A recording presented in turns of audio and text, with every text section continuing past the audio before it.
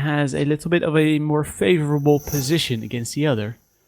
I've got to say, I quite like Cloud9 Eclipse's bottom lane here. What they've got is a Caitlyn and a Nami. So if you're putting that up against Morgana Jinx, you have an awful lot of potential to poke them out of the lane. You may see Nami, for instance, maxing the Tidecaller's Blessing, the E, which gives you extra magic damage on the auto attacks of Caitlyn and also gives you a massive slow. So Caitlyn can abuse that massive early range and then continue to chase people down and poke them out of the lane very, very early, which capitalizes super hard on a Morgana support, who her only answer to that is a super overkill usage of Black Shield, because she can block a bit of the magic damage from the Nami E.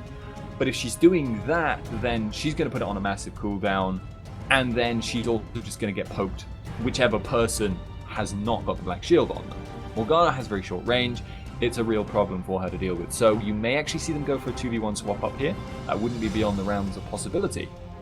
The other thing though here is that I actually rather like the top lane as going out from Departed, because I really think with Aatrox and with Kha'Zix as the jungler, Ryze is going to have a hard time keeping himself from being dived, for instance, under his tower very early on.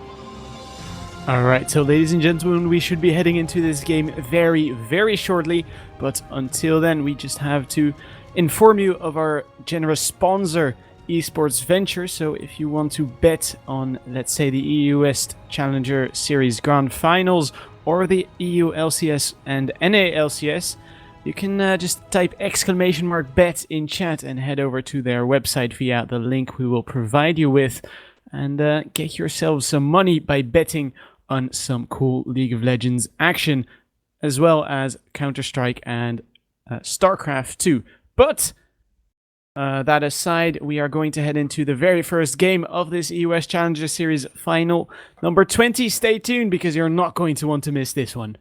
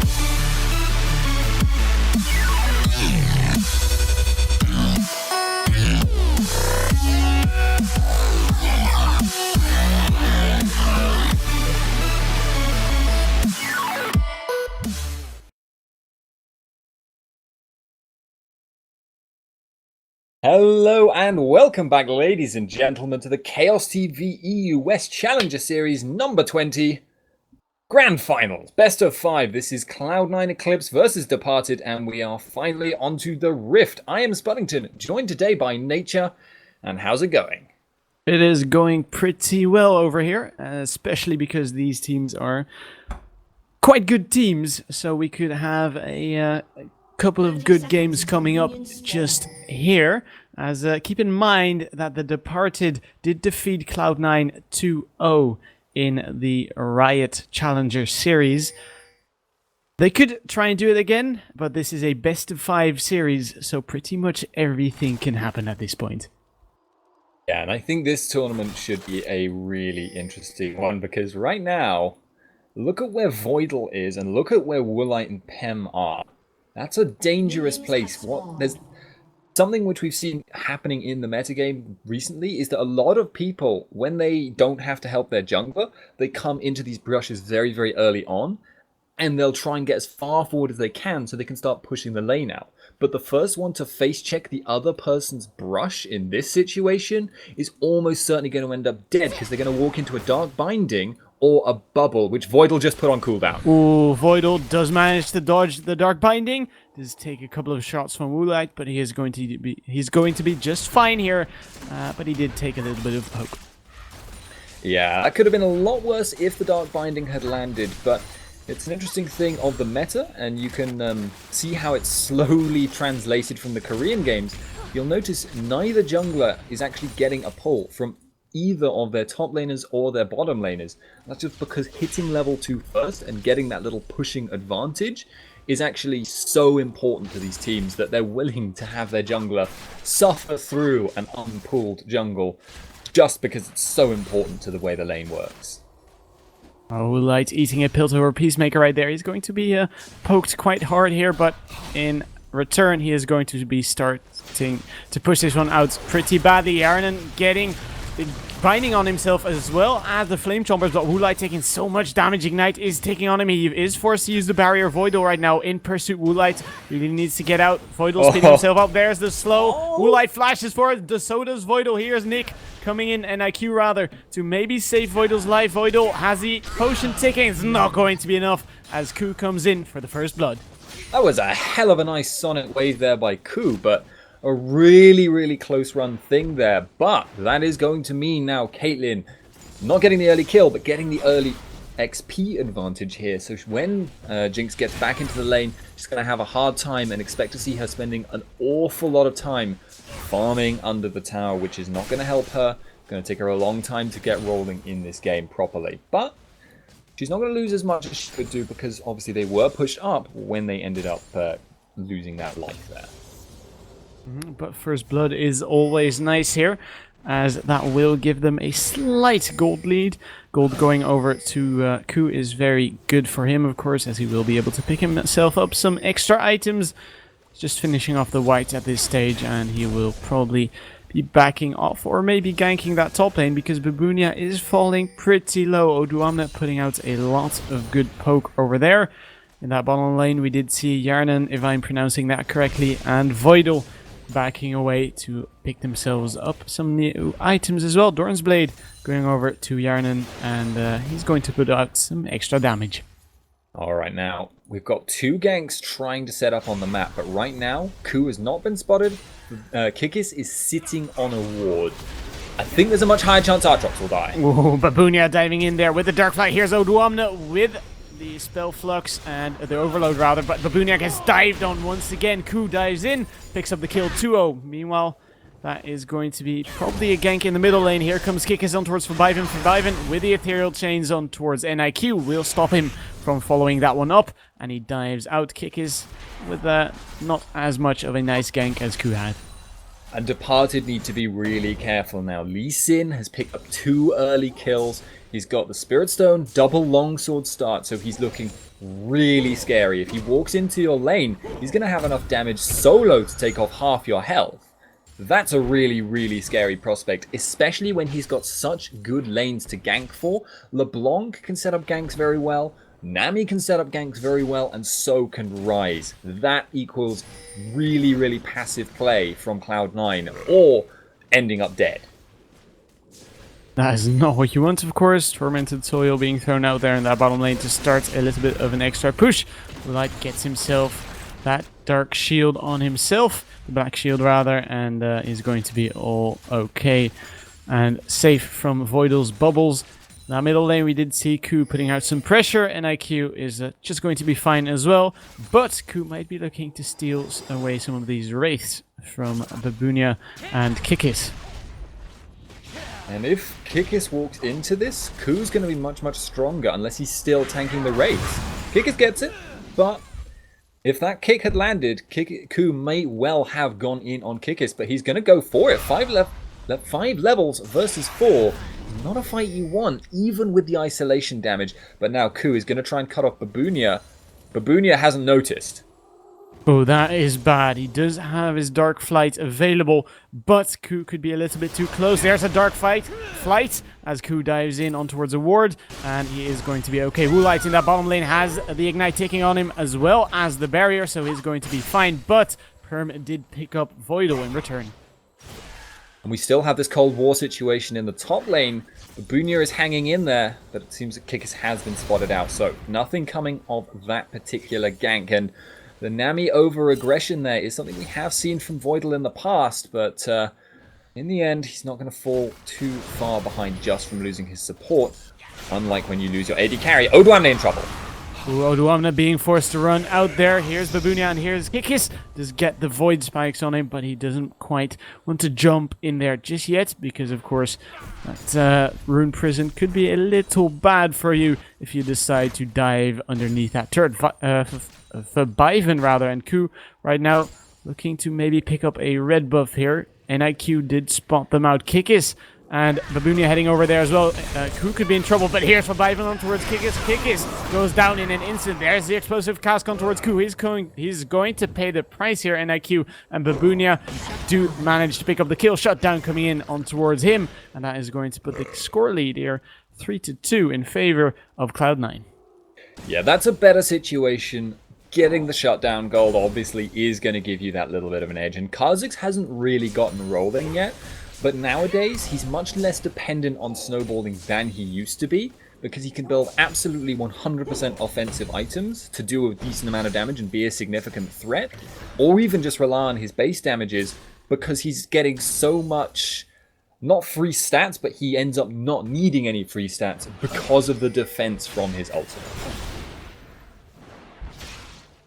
NIQ getting that blue buff gifted over to him. Kikis will just be clearing out the rest of those minions. Same goes for Fabiven, who did get himself a blue buff as well, so it is going to be a spam fest in that middle lane. Odoamne now getting jumped upon by Babunia. Babunia still has that blood well, so he could just be getting out of here safely, but not if Ku shows up.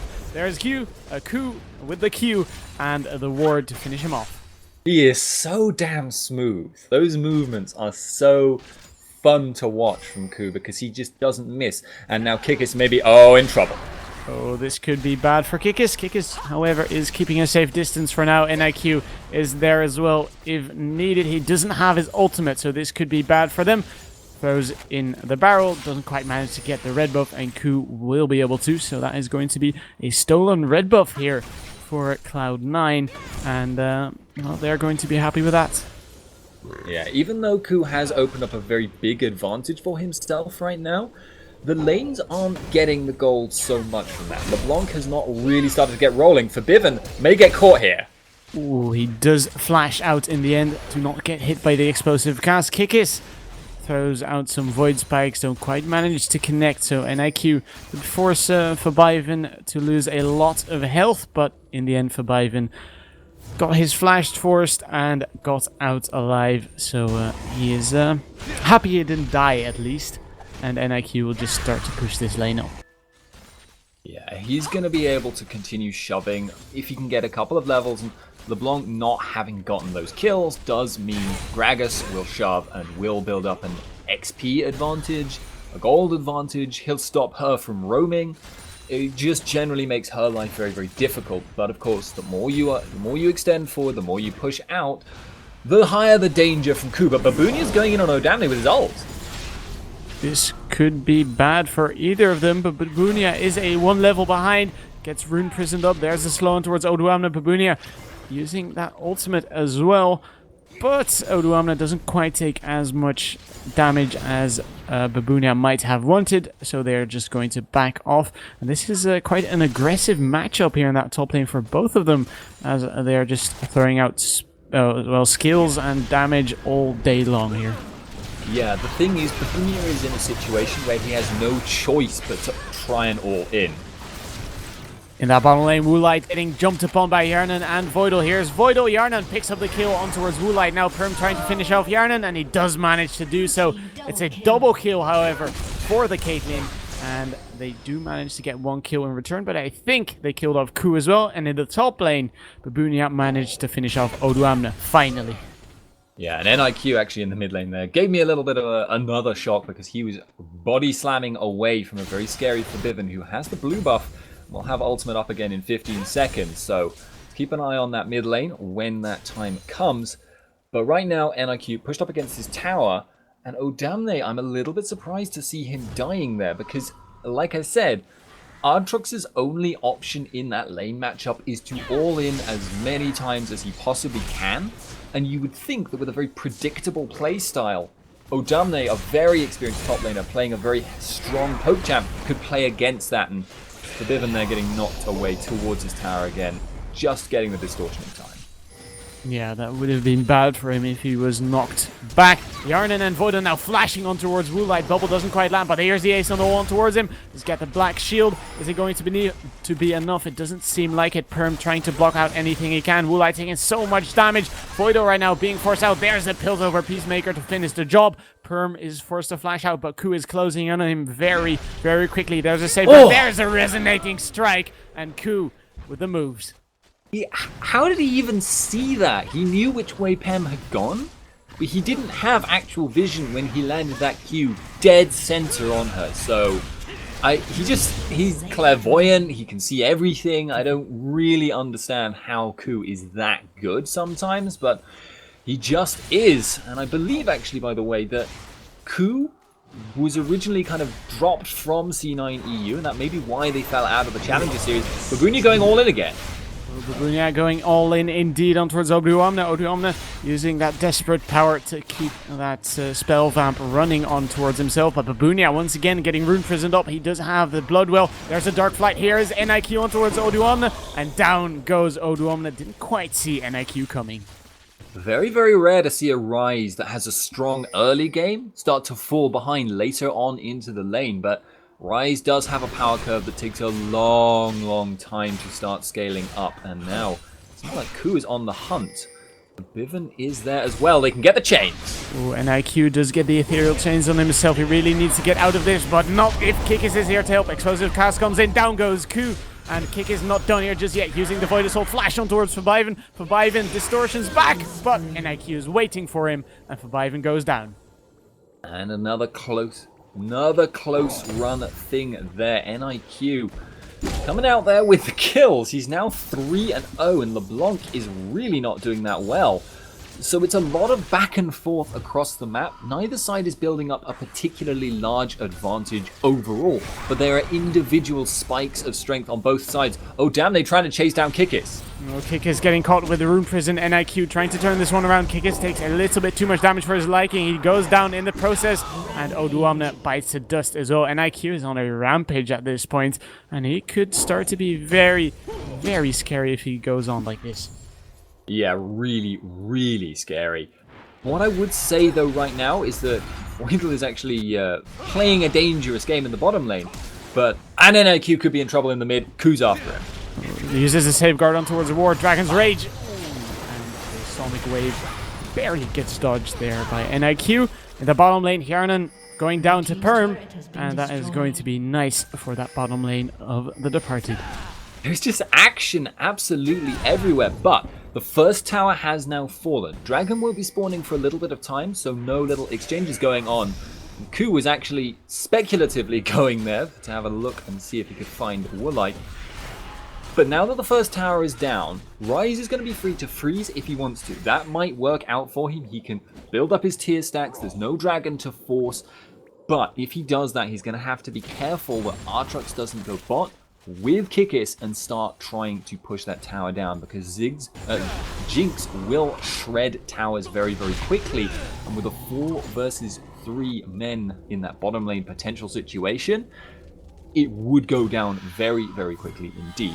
But right now, doesn't seem like they intend to do that. And indeed, Pem has to watch herself. Voidal's there.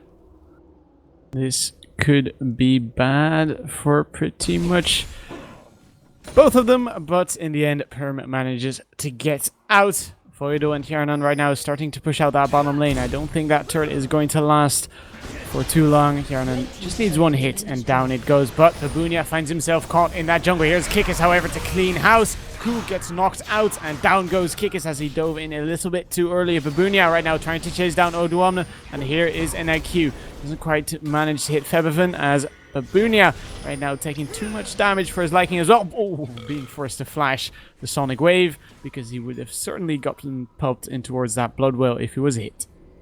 Kikis there made an unfortunate mistake, which people are going to learn to avoid doing. Kha'Zix's relatively new with this ultimate first build. He used his stealth before going in, so he ended up taking the damage when he didn't have the damage reduction activated, which it meant he basically got bursted 100 to 0, whereas he would have ended up on like maybe 40% health if that stealth had still been active when all of the abilities were landing on him.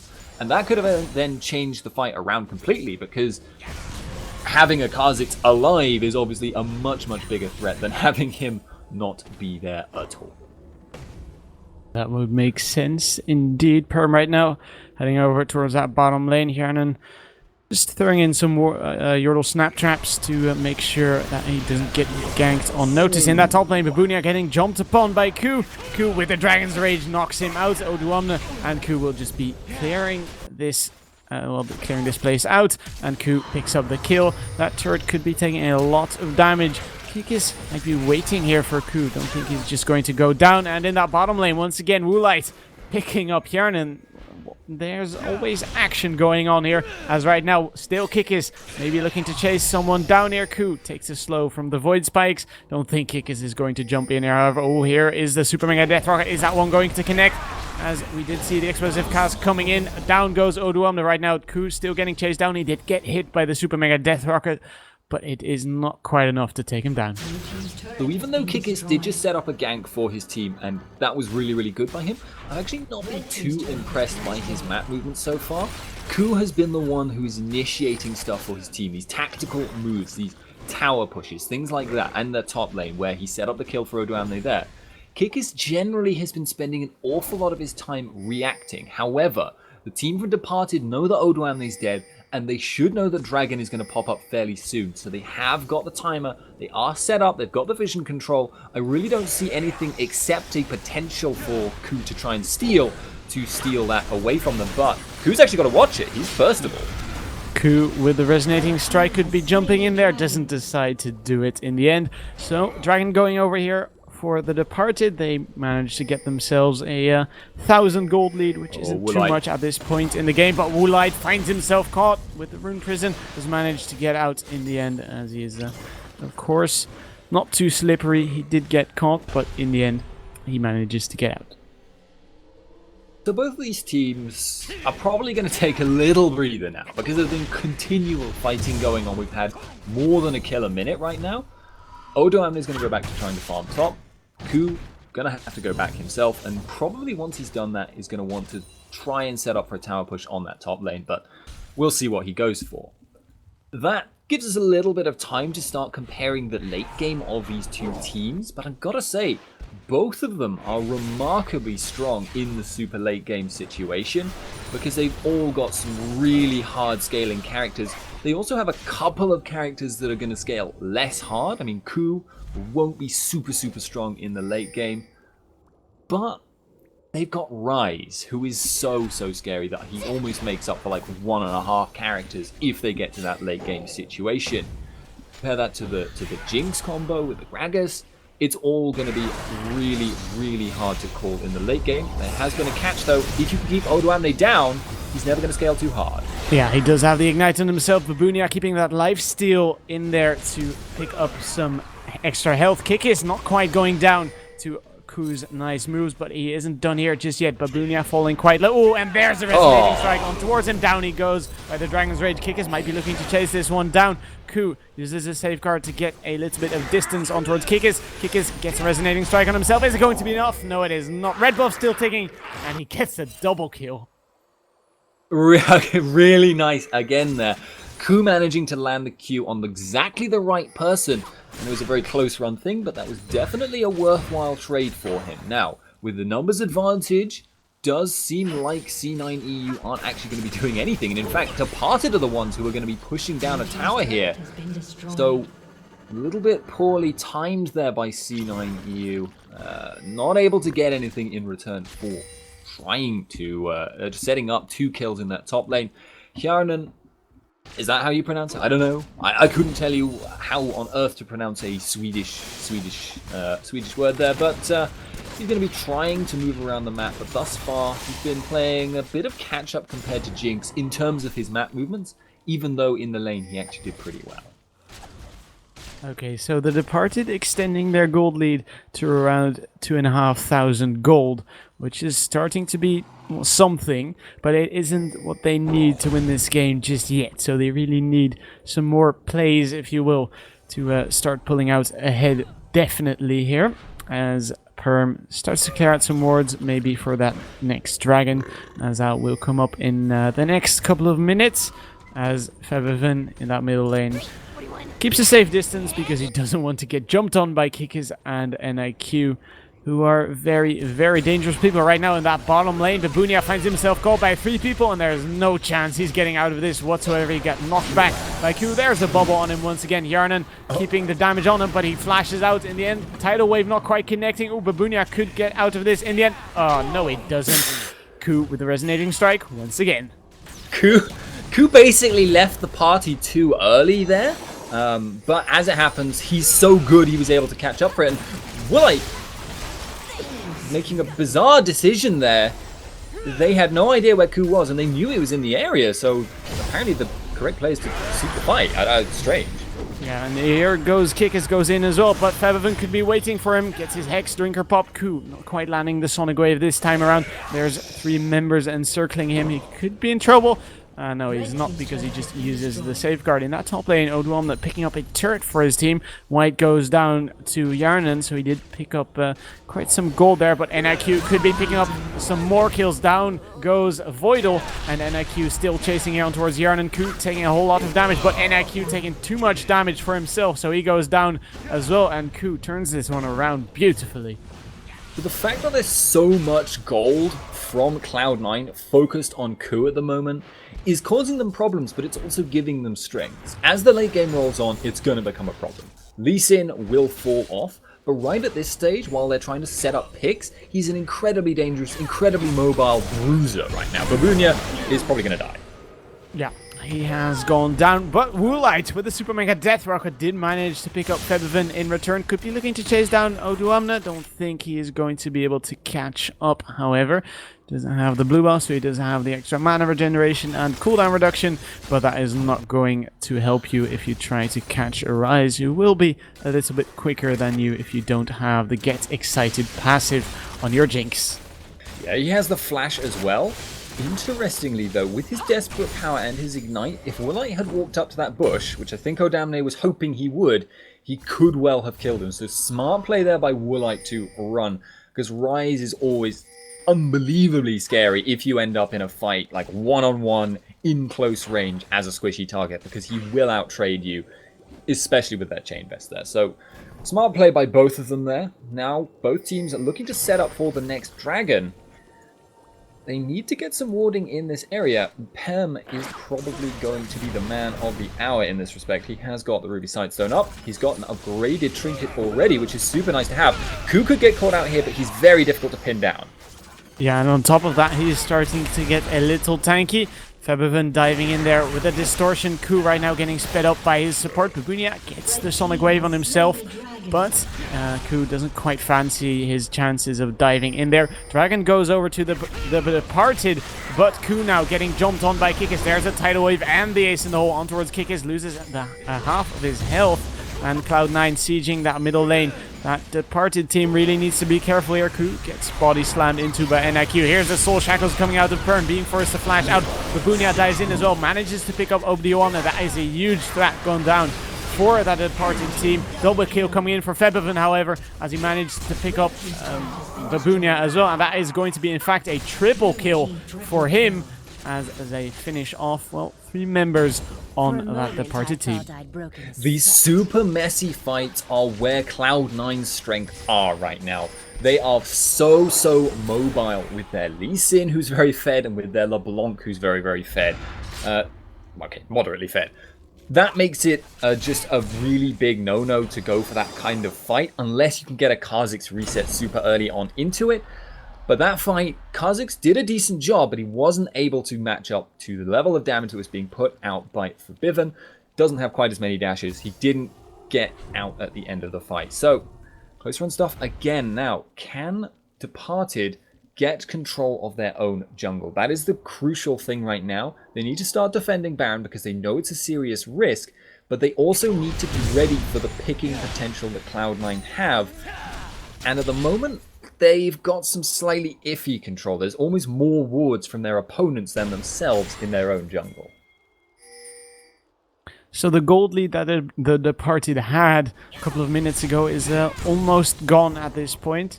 They still have a 600 or so gold lead, make that 700, which is probably around nothing, but Babunia could be finding himself caught here once again, uses the Blade of the Rune King to get some distance on towards Ku. Ku doesn't quite manage to land the Sonic Wave, so he's going to back off and keep a safe distance as well, because there are members closing in on him rather. But I don't think they're going to be able to catch him out, as he, as we said, is a little bit too slippery. So, jockeying for position over Baron right now. Ku playing a dangerous game with his ward control right now and using his W there to shield himself and get the attack speed. But he could have always queued over the wall to Baron, and it seems like he's not done. They're definitely looking to try and get the vision control right now. But I've got to say, C9 need to be moving together when they're doing this. At the moment, only going solo is going to cause them problems if any single one gets caught out. Oh, Kikis, or Ku rather, going in there, does use the Dragon's Rage on towards Kikis. Kikis being forced to jump out. There's the tidal wave. Super Mega Death Rocket comes in towards Ku as the Z Explosive Cask shut down. Coming in on towards Febiven as he goes down first. No real casualties beside that, but Woolite could be looking to chase down Yarnan here. Is he going to land any type of slow or crowd control at least? Doesn't quite manage to do so. And the only kill, or the only 2 kills, were Perm and Febiven in this case. Now, Departed actually have a really good situation here. Babunia is taking a ton of damage and has been forced to flash due to the Baron damage there. And they've caught Odoamne. Oh, down goes Woolite in the process. NIQ being forced to flash out as well, but he doesn't quite survive that one as Odoamne picks him up. That was very unfortunate for the Departed here as Cloud9 start this Baron. Febiven is still down, so it's only a 4-on-2 if this situation happens. But it was a really unfortunate thing that they got caught into a fight there. Kick is going to try and fight Odoamne. Ooh, this could be bad for both of them once again, but Odoamne is not going to get the better of that one as he goes down. But Yarnan diving in there as well. Ku picks up Kikis. Babunia right now channeling his focus on towards Yarnan. Down goes Yarnan. Babunia being thrown into that Guardian Angel animation as Perm did go down in the process. Voidal being forced to flash. Baron goes over to Ku, who picks it up in the end, and Babunia running for his life here as he will be able to survive this one. So that whole sequence of events, that big fight there, didn't ever actually need to happen from the perspective of Departed.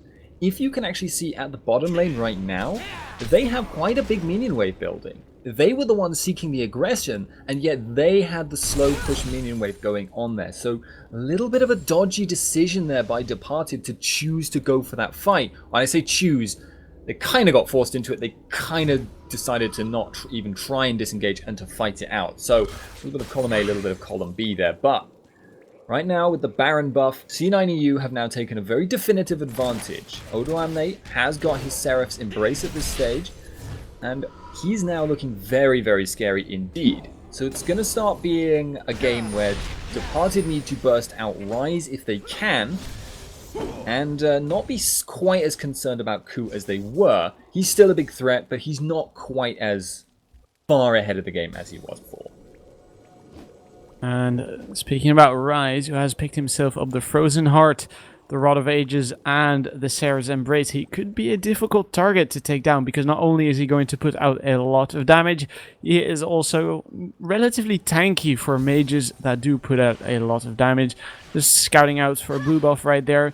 Could be in a dangerous position if he finds himself caught by, let's say, Woolite or Perm, but for now he's going to be fine, as he is just waiting this one out. Yarnan in that bottom lane, pressuring that turret, and the rest of that Cloud9 team heading over towards a dragon, which I don't see surviving for too long.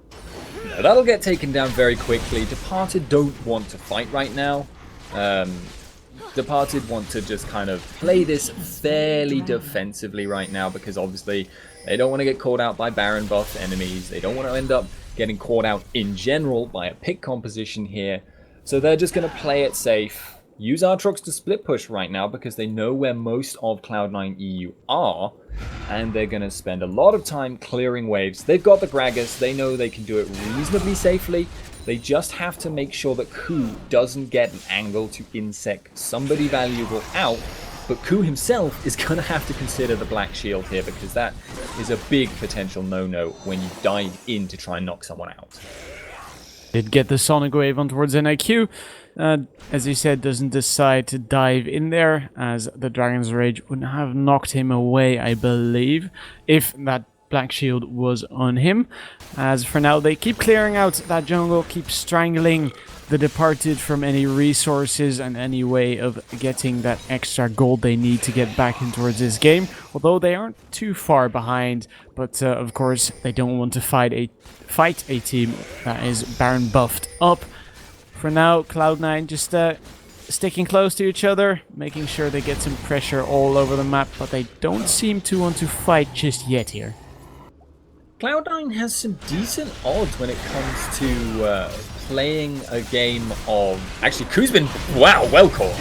Yeah, he goes down with the explosive cask, with the Super Mega Death Rocket. He didn't have a chance of surviving right there. Great pick for the Departed, but they really need to look out. Hjarnan pressuring that middle lane. Woolite could be looking to make something happen here. Febiven, in the meantime, picks up NIQ. Babunia dives in there, but he could be a little bit too deep. Rune Prison comes in on towards him, as does the Black Shield, but Kikis gets caught. The Hero Chain's not quite making it happen on towards him, but the Ignite did. There's the ace on the one towards Woolite. Down he goes. Double kill comes in for Febiven. Babunia now the next focus. Triple kill once again for Cloud9's Febiven. That inhibitor is going down. This could very well be the game for them. Who needs Ku anyway? I mean, a weird series of events there, because Febiven basically got a free kill, and then Odoamne just headed the charge, and they, thanks to Babunia being a bit out of position at the start of that fight, taking about half his health, chased him down, chased down the backline as well, and Cloud9 Eclipse there, taking a very, very sudden victory, having pretty much just chased down the entire enemy team there. Yeah, I didn't quite expect that one to happen, as